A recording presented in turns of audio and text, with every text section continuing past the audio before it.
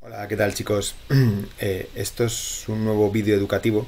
Voy a haceros tres y vamos a ir viendo cómo lo podemos ir controlando. Desde luego, este primer vídeo, la próxima vez que nos veamos, os voy a hacer un control, así que avisad a vuestros compañeros.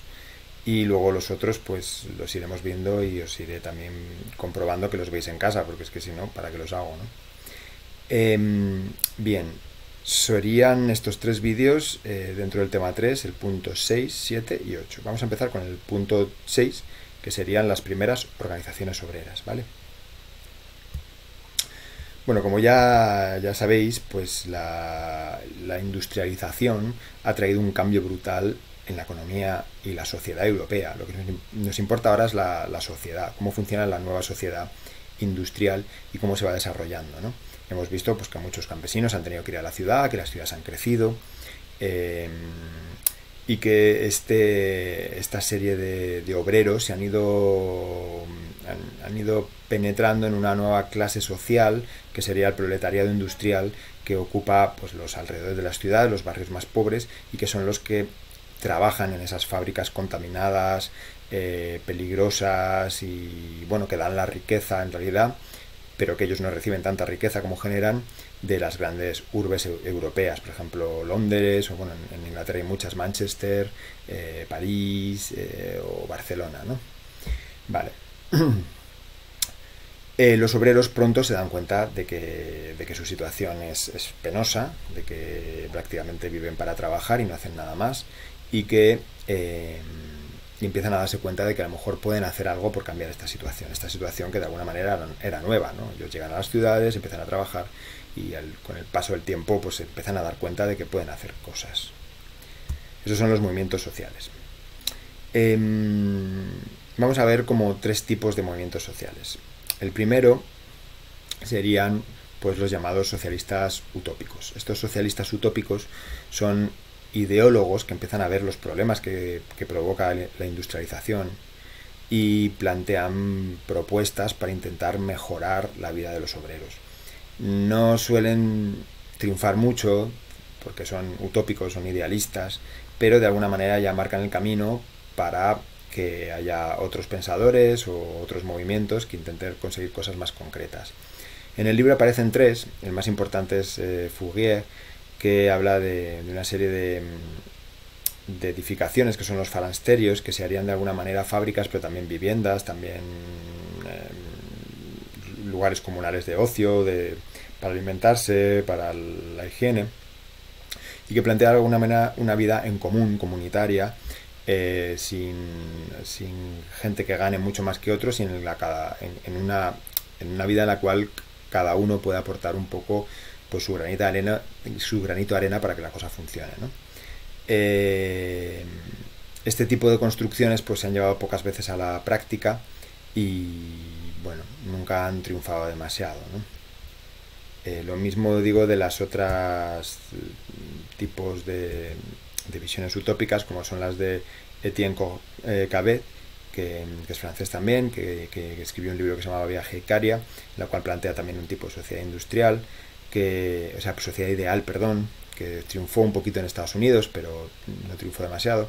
O Robert Owen, que en esta fábrica textil de New Larnac, que está en Escocia, pues planteó también un tipo de vida comunal en la cual los obreros pues tengan mejores condiciones y sigan trabajando, ¿no? Pero que tengan eso, su espacio de ocio, su higiene, sus condiciones buenas, y que entre todos pues se consiga llevar una vida digna, ¿no?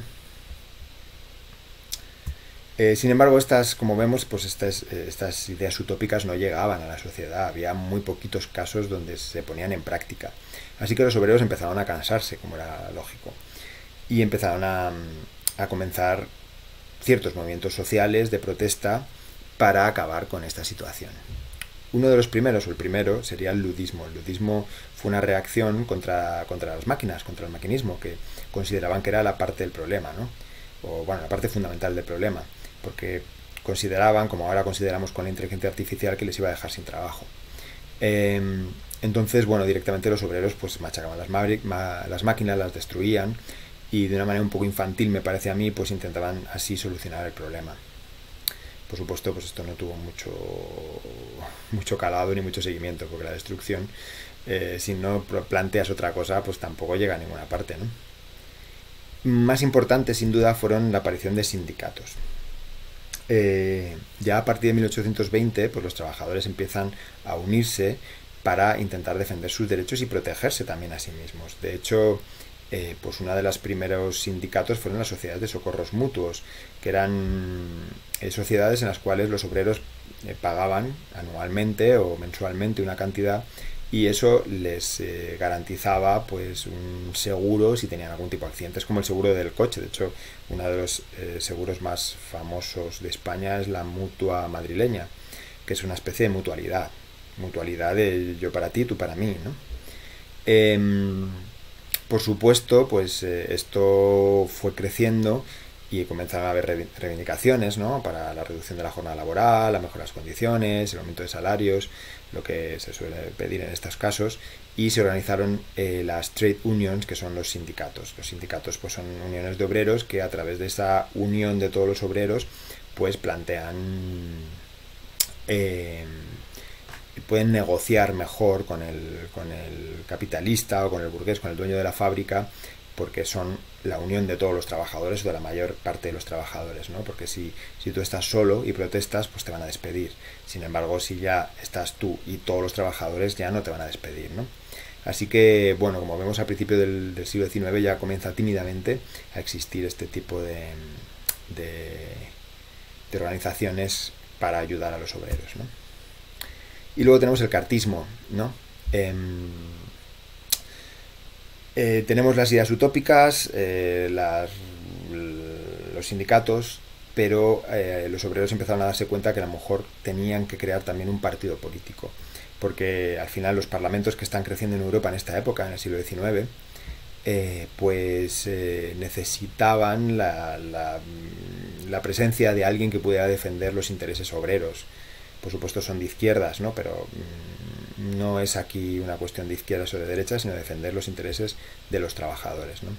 Entonces, en el 36 se creó la Working Men's Association, que publicó una carta dirigida al Parlamento británico, y después se transformó en una asociación nacional de la Carta, que es el primer partido político de los trabajadores que existió, ¿no?